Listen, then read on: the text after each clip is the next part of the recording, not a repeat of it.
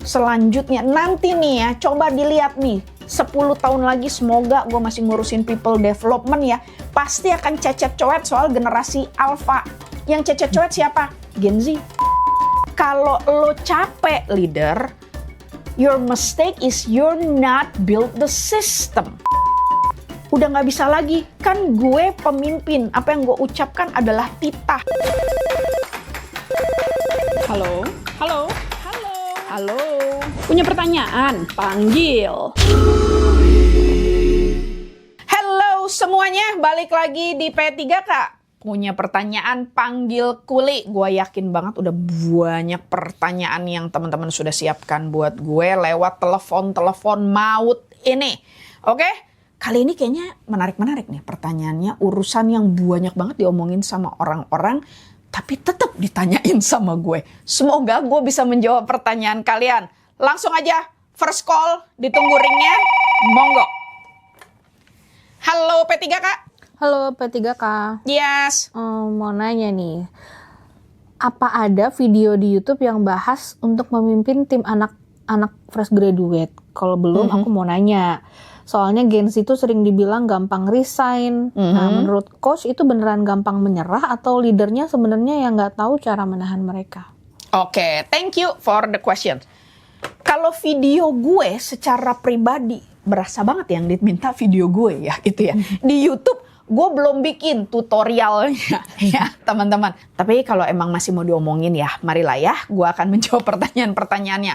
Nomor satu tadi YouTube-nya tentu banyak buat konten creator yang lain. Kalau gue secara satu episode sendiri khusus ngomongin Gen Z, gue belum ada. Kayaknya yang ini nih, kita bakal spesifik ngomongin soal Gen Z. Lalu tadi pertanyaannya, Gen Z lagi ya buat ini. Dibilang Gen Z, aduh banyak banget lah ya sebutannya. Weak lah, gampang menyerah lah, dan segala macam ya. Jadi dengan segala komen soal Gen Z ini, menurut gue, Gen Z itu bukan gampang menyerah. Gen Z itu ekspresif. Gue gak bisa bilang Gen Z tahu banget apa yang mereka mau. Gen Z kebanyakan, para Gen Z tolong ya berkawan dengan saya.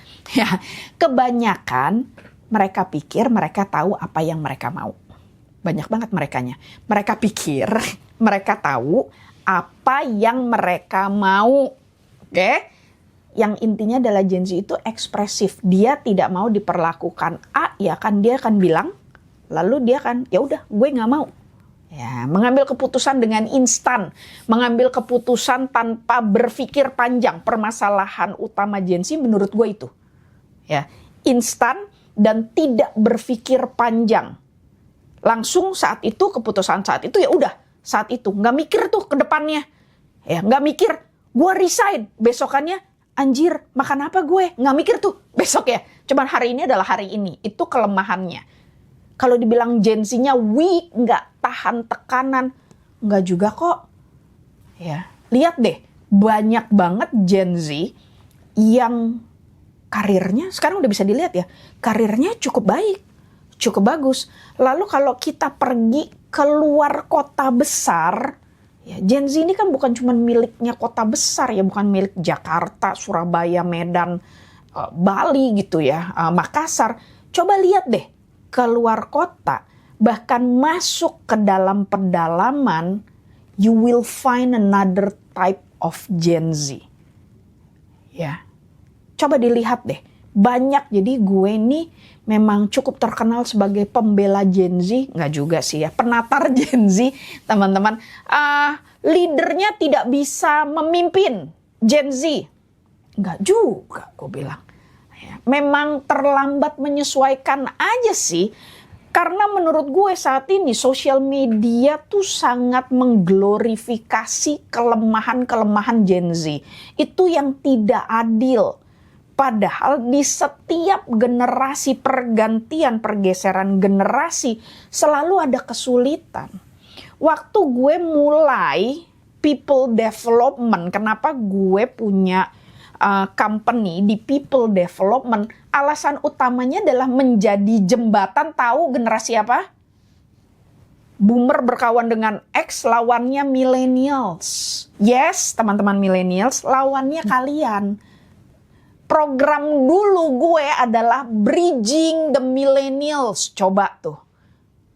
Jadi 12 tahun lalu gue ngomongin millennials. Bridging ke angkatan sebelumnya. Nah sekarang ada Gen Z, kalau dibilang spesies baru, ya emang bener. Ada generasi selanjutnya. Nanti nih ya, coba dilihat nih. 10 tahun lagi semoga gue masih ngurusin people development ya. Pasti akan cecet coet soal generasi alpha. Yang cecet coet siapa? Gen Z. Sekarang kan yang ngomongin millennials against Z. Gue mencoba lagi menjadi jembatan, bahkan pengennya jadi lem ya untuk gluing. Oke, jadi antar generasi memang harus. Kelemahan sekarang ini adalah leader the millennials dan X yang masih banyak di profesional, boomernya udah berturun banyak. Ya, adalah racun dari sosial media yang terus mengangkat kekurangan dari Gen Z. Tidak adil, tidak menunjukkan kelebihan dan kekuatan dari Gen Z. Tidak mengajarkan bagaimana caranya berkolaborasi dan bersinergi dengan Gen Z. Ini sih buat gue gapnya adanya di situ. Ya, who to blame? Gak ada yang mesti disalahin ya. Memang ini situasi dan kondisi yang harus diambil sikap oleh dua arah. Ya. Meet halfway. Nggak bisa melulu yang leader mesti ngikutin Gen Z. Nggak bisa melulu Gen Z yang harus menguatkan diri dan ngikutin leader. Meet halfway. Semoga yang panjang ini menjawab pertanyaan yang nanya. Oke, next call. Alright. P3 Kak. Halo P3 Kak. Yes. Gini Coach, tadi kan Coach bilang banyak leader ngerasa Gen Z itu spesies baru ya di tempat kerja. Oke. Nggak ngerti logikanya, nggak ngerti maunya apa. Nah, sebenarnya Gen Z itu memang beneran aneh atau leadernya memang kehabisan kerangka buat memahami mereka. Oke. Dan banyak banget leader itu udah capek banget menyesuaikan diri ke Gen Z dan ngerasa itu sebenarnya nggak fair. Kenapa harus banyak berubah? Leadernya terus yang harus berubah gitu. Sebenarnya Coach sendiri setuju nggak sama keluhan ini? Oke, thank you. Pertanyaan yang tepat untuk gue yang bukan Gen Z tentunya, dan gue ada di tengah-tengah ya, nggak mau ngaku X, nggak mau ngaku millennials, apaan sih gue ya gitu ya. Tadi gue udah bilang gue selalu berusaha bridging generations ya untuk itu ya. Ya nggak bisa lah ya, kali ini bener deh, gue bukan take sides ya buat gue. Kalau leader yang bilang gue udah capek masa gue terus yang mesti menyesuaikan high leader yang namanya leader? Ya tentunya harus menyesuaikan. Kalau lo capek leader, your mistake is you're not build the system. Elunya yang mencoba, gue yang harus menyesuaikan, apalagi istilah gini, gue yang harus turun. Emang lo lebih tinggi, mungkin posisi. Tapi secara manusia, cara berpikir dan lain-lain, kan kita sama ya. Setiap orang punya cara berpikir yang berbeda-beda. Yuk kita buang jauh-jauh. Ini nasihat gue buat para leader millennials, X, boomer siapapun yang di atas Gen Z. Oke? Jangan kita dianggapnya kita yang nyesuaiin. Build the new system. Oke? Di mana bukan kitanya yang terus mendekatkan, build the system that can make you meet halfway. Caranya, nih ya, belum ditanya, tapi gue kasih jelas banget nih ya. Semoga gue didukung dan divalidasi oleh para Gen Z ya. Lead the Gen Z is not as difficult as you think. Nomor 1, Gen Z cuman perlu clear. Kalau kita kasih instruksi, kasihlah yang spesifik, clear, jelas apa yang lu mau, apa yang ada di pikiran lu sampaikan. Karena memang Gen Z ini pakai bahasanya literally gitu ya, harafiah. Lu mau A, bilang A. Nggak usah muter-muter terus disuruh mengambil kesimpulan A. 5 detik pertama lu sudah tidak menarik, lu di otak udah di-scroll. Ya, out. Dia nggak mikir lagi. Jadi eksplisit apa yang lu mau, jelas. Biar dia paham 100% apa yang lu mau. Sebenarnya ini jauh lebih cepat, teman-teman. Masalahnya generasi yang di atas Gen Z kadang-kadang sulit menyatakan, mengkomunikasikan apa yang ada di pikiran. Nah, penyesuaiannya di situ. Kita yang mesti belajar ngomong eksplisit. Apa yang kita mau dan apa yang kita nggak mau. Be clear, teman-teman. Be specific. Oke? Yang nomor 2, Gen Z itu bukan baper. Tapi yang dimau oleh para Gen Z adalah diakui. Acknowledgement termasuk feelingnya. Bukan cuman acknowledgement itu bukan hanya prestasi ya. Tapi feelingnya. Kita pada saat bicara gunakan kata-kata kita untuk mengakui perasaan. Guys, gue tahu nih, lu pasti pada frustasi banget ya. Nih si klien minta revisi udah berulang kali. Ucapkan bahwa kita mengerti, kita sebagai jadi satu, ini kita sedang frustasi. Lalu balik ke eksplisit.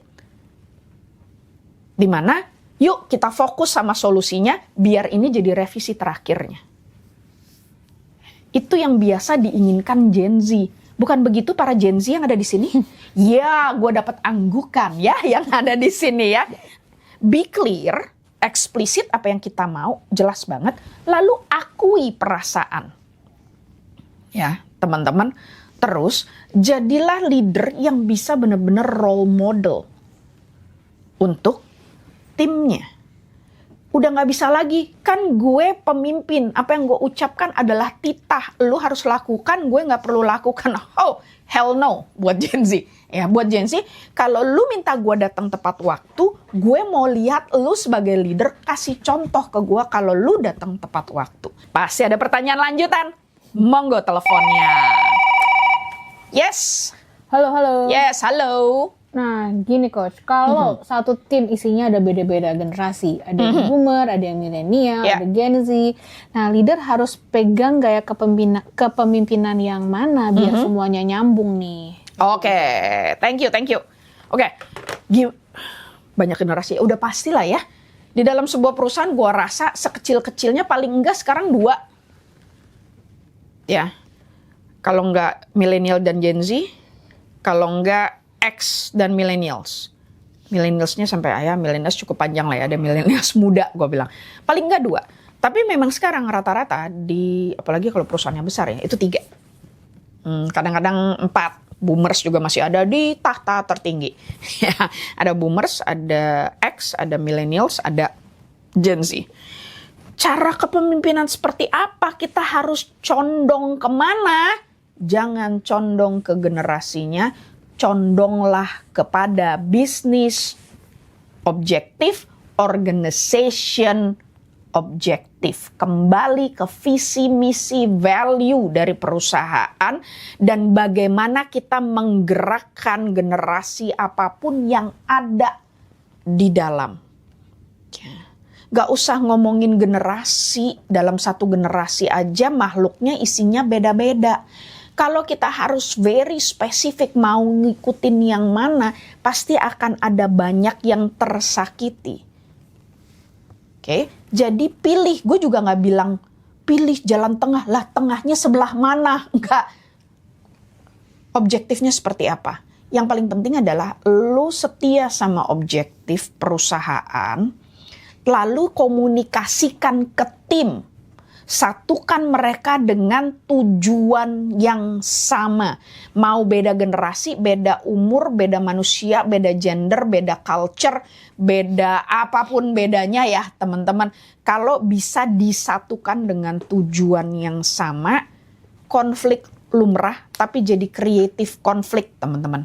Semua bisa diomongin, semua bisa dibicarain, semua bisa didiskusikan untuk bisa punya satu kesepakatan. Jadi kalau gue boleh merangkum, tipe kepemimpinan seperti apa yang harus dipilih, yaitu tipe kepemimpinan yang setia dan mengarahkan seluruh timnya kepada bisnis objektif dan organization achievement. Oke? Terjawab? Semoga. Oke, next questions please. P3 Kak. Halo Coach. Halo. Coach, saya ini mewakili Gen Z nih. Nah, leader tuh sering bilang generasi saya tuh kurang tahan banting. Tapi saya perhatiin kenapa yang burn out duluan malah sering leadernya sendiri, Coach. Oke. Kenapa leadernya yang burn out? Oke, sip. Ya capek ngurusin kalian, udah gitu aja sih, simple ya. Nggak tahan banting sama burn out is two different thing. Kalau nggak tahan banting, ya maksudnya kan adalah, gue rasa lebih yang tadi ya, baper, terus mudah menyerah, itu yang disebut nggak tahan banting. Yang namanya burn out itu justru bertahan sampai kebakar. Justru karena nggak mau mundur, akhirnya kebakar. Ya teman-teman, definisinya sudah berbeda. Orang burnout, lihat, orang burnout itu malah nggak nyerah loh. Kalau ditanya kenapanya nih ya, kiri kanan ya. Tapi gue mau jelasin. Tadi gue udah bilang, gue nggak setuju kalau dibilang Gen Z ini tidak tahan banting. Gue nggak setuju kalau dibilang Gen Z ini sedikit-sedikit menyerah. Lalu yang membandingkan dengan apa yang terjadi di masa lalu. Ya, gue sama anak gue aja suka dibantai. Kalau gue bilang, kalian gitu aja, titik-titik. Dulu mami, gue langsung sama anak gue di stop dan bilang, itu dulu. Masalah mami sama masalah kita beda. Ya gitu, nggak ada yang 6-7, nggak 6-7, jauh banget. Masalah mami mungkin di -8 ya, masalah kita di +27. Oke? Different world, different pressure, different priority, different concern. Ya. Mungkin kita jauh lebih kebal di masa lalu, ya. Kesannya jauh banget ya masa lalu ya. Ya, before all the social media, sebenarnya kan titik garisnya itu kembali di digitalization social media. Ya. Dulu kita bisa lakukan segala ketololan yang bisa kita lakukan no proof. Nggak ada foto, nggak ada bukti, nggak pernah disampaikan di sosial media, nggak ada yang ngerekam kita. Jadinya bantingannya lumayan oke, karena salah nggak napa, salah tinggal benerin, dan lain-lain. Tapi sekarang, ya, the Gen Z, the digital people era, kita salah dikit aja, bahkan belum salah. Orang salah mengerti kita, pung, naiknya viralnya setengah mati. Langsung ada di mana-mana. Orang gak suka sama kita. Dulu, lama banget kita baru tahu. Iya apa ya? Ya kan? Ya, lama banget kita baru tahu. Kalau sekarang ada orang gak suka sama kita, langsung mainnya taruh di status. Ya. Cepet banget kita taunya. Jadi memang teknologi digitalization ini yang membuat orang cenderung, atau generasi sekarang yang sangat erat dengan sosial media, jadi baper, ya, jadi curigaan, jadi jangan-jangan, ya selalu gitu ya. Jadi kelihatannya memang nggak tahan banting, kelihatannya. Bukan berarti tidak bisa bekerja. Gen Z ini hanya perlu environment yang mengerti dan support mereka. Paham benar apa yang ada di pikiran mereka, concern mereka, priority mereka. Jadi perusahaan, cobalah mengerti, don't just judge. Ya, kita setiap generasi punya kelebihan, punya kekurangan. Tadi kalau mau dibilang, ya kalau mau di-compare, ya semua generasi pasti punyalah untuk itu. Sekarang soal burnout. Ya, kenapa kok yang malah leadernya generasi atasnya yang burn out? Kebalikannya, orang-orang yang burn out tuh biasanya karena trying their best to stand still walaupun ada hujan badai menerpa. Termasuk handling the Gen Z. Itu satu hal yang frustrating loh, hai Gen Z. Untuk mengerti, you will feel that nanti pada saat kalian jadi leader dan kalian harus mengendalikan generasi di bawah kalian yang cara berpikirnya sangat berbeda. Generasi di bawah kalian ini sekarang ya, kalau Gen Z Indonesia, kalau gua tanya masih ada yang tahu kaset. Walaupun mungkin udah gak nyetel, mungkin di rumah emak bapaknya masih ada tuh stereo, ada kasetnya. Masih ada yang tahu di sini? Nah, masih tahu ya. Mungkin udah nggak nyetel, ya. Nanti Alpha udah nggak tahu, teman-teman. Ya, kecuali mereka nonton Stranger Things. Nah, itu ada tuh. Alpha udah nggak tahu. Jadi mereka sudah benar-benar generasi yang born in digital area. Cara berpikirnya totally different. Kalian pasti akan ngerasain. Gue kembali, ini gue mau belain siapa sih? Nggak ada yang gue belain. Yang gue bawain adalah fakta. Ya, teman-teman. Tapi gue juga kasih nasihat buat teman-teman yang burn out. Oke. Jangan sampai burn out. Measure yourself. Hai generasi X, millennials tua yang lebih habitnya, karakternya ke X ya. Oke. Dengan lu, ini yang suka dibilang hustle generation. Ya elah, hustle generation kayak gue lembur sampai jam 10, gue masih bisa masuk, gue orangnya gak hitung-hitungan. Ngapain lu lembur sampai jam 10? Apa kerja lu kebanyakan atau kerja lu gak efektif? Gue frustasi ngomong sama generasi di bawah gue ajarin gak ngerti-ngerti. Kalau 1-2 orang gak ngerti, itu salah mereka. Kalau satu generasi gak ngerti, lu salah lu. Yes. Bertobat, gimana caranya? Lu bisa dimengerti oleh satu generasi. Ya, teman-teman. Gak usah dibawa pusing, diajak ngomong. Lu maunya apa? Batasan kita apa? Diatur sama-sama, bikin kesepakatan. Semoga gak burn out lagi buat para leader. Oke, minum dulu. Baru ngangkat telepon. Oke, ya sabar. Halo P3K. Halo Coach. Yes. Gini Coach, aku tuh Gen Z yang sudah jadi leader. Oke, welcome to the leadership world. Nah gini Coach, aku tuh udah capek-capek ngomong biar timnya nyaman. Yang keluar malah komplain. Dia bilang aku leader yang kurang tegas atau kurang jelas arahannya. Oke. Aku rasanya jadi kayak serba salah. Gimana aku tuh sebagai leader itu harus menentukan batas antara being supportive dan jadi dianggap lemah. Gimana ya Coach? Oke. Hello Gen Z, selamat datang di dunia kepemimpinan ya. Mungkin beberapa waktu yang lalu, 2 tahun lalu, kamu yang komplainin soal leadermu, yang kayak, is too strict deh, tuh ini ya. Sekarang jadi leader, terus gue gak mau jadi leader seperti leader gue sebelumnya. Gue mau menciptakan kenyamanan, gue mau demokratis. Ya, gue mau kolaboratif, nih istilah-istilah Gen Z sekali ya. Ternyata tetap disalahin ya. Jadinya akan dituduh oleh Gen Z lainnya bahwa Anda, dia tuh nggak bisa ngambil keputusan. Masa semua keputusannya dilempar, harus kita yang ngambil keputusan?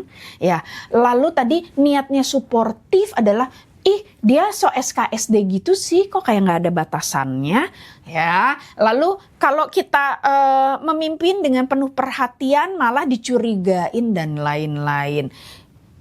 Susah kalau mau bikin everybody happy, teman-teman. Jadi saran saya adalah kembali, yuk setia sama objektifnya kamu, objektifnya perusahaan, pencapaian KPI. Leader memang harus bisa balancing. Tidak ada tipe leader yang terbaik. Leader yang terbaik adalah leader yang punya awareness terhadap timnya, terhadap manajemen, proses, sistem, terhadap situasi dan kondisi yang terjadi di luar, dan terhadap objektif bisnis dan organisasi. Dari awareness tersebut, kita sebagai pemimpin harus mengambil sikap. Oke, tipe leadership apa yang dibutuhkan oleh tim kita untuk bisa mengatasi situasi dan kondisi, untuk bisa mencapai achievement atau tuntutan responsibility yang diberikan oleh manajemen.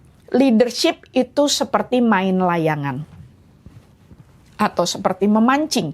Ada saatnya harus menarik, di mana kita jadi tegas, assertif, ya, pushing the ambition of the team untuk ayo capai tujuan kita. Jadi task oriented, itu kita lagi tarik. Ada saatnya kita harus mengulur, di mana kita duduk bersama-sama dengan tim kita, dengerin ceritanya mereka, kendala-kendala mereka, menjadi jembatan untuk antar tim atau bahkan divisi kita dengan divisi lain. Ini saatnya we're luring, kita ngulur gitu ya, kalau lagi main layangan. Coba bayangkan kalau main layangan lu tarik terus kagak bakal naik. Ya. Main layangan lu ulur terus, hilang tuh layangan ya. Nah, jadi emang kita mesti tarik ulur. Nah, balancing ini teman-teman. Susah atuh, ya emang susah. Kalau gampang semua orang bisa jadi leader. Masuk akal ya? Semoga terjawab. Oke, ada pertanyaan lanjutannya? Udah habis. Kok dikit? Katanya masalah Gen Z banyak banget. Part 2. Oke, nanti mungkin ada part 2, ribuan telepon lainnya. Boleh banget yang masih penasaran. Sebenarnya ya guys, gue justru pengen challenge kalian para leader Gen Z. Seperti yang pertanyaan terakhir tadi ya. Gen Z ini kan sudah banyak ya di posisi kepemimpinan. First line leadership. Itu udah pasti sekarang bahkan isinya Gen Z semua. Lalu second line of leadership, supervisor level. Ya, ini udah pasti banyak nih Gen Z. Millennial sekarang sudah banyak menduduki middle management. Boleh yuk para Gen Z yang kalau ternyata gemes sama teman-teman seangkatannya sendiri dan terus mulai mengambil posisi lebih merapat kepada millennials. Boleh ada pertanyaan-pertanyaan how to work. Saya nggak mau bilang how to handle ya, sepertinya mengendalikan. But how to work and how to synergize with Gen Z, boleh langsung tanya di komen di bawah ini ya teman-teman. Dan buat teman-teman Gen Z yang belum jadi pemimpin tapi pengen belajar, jangan sampai gue kayak atasan gue, juga boleh komen dan bertanya dimanapun Anda menonton cuplikan ini atau the whole video, the whole podcast. Gue tunggu pertanyaan-pertanyaan lanjutannya. Yang punya pertanyaan panjang boleh juga di email teman-teman. I'm ready to answer your questions on the next episode. Tapi saat ini sudah dulu ya. Terima kasih semuanya buat pertanyaannya. Saya tutup episode kali ini. Punya pertanyaan panggil Kuli, Peggy Putri. Bye-bye. Terima kasih ya udah nonton sampai habis. Kita juga masih punya banyak konten lain yang bisa membantu kalian untuk berkembang menjadi leader yang lebih baik lagi. Cek videonya di sini.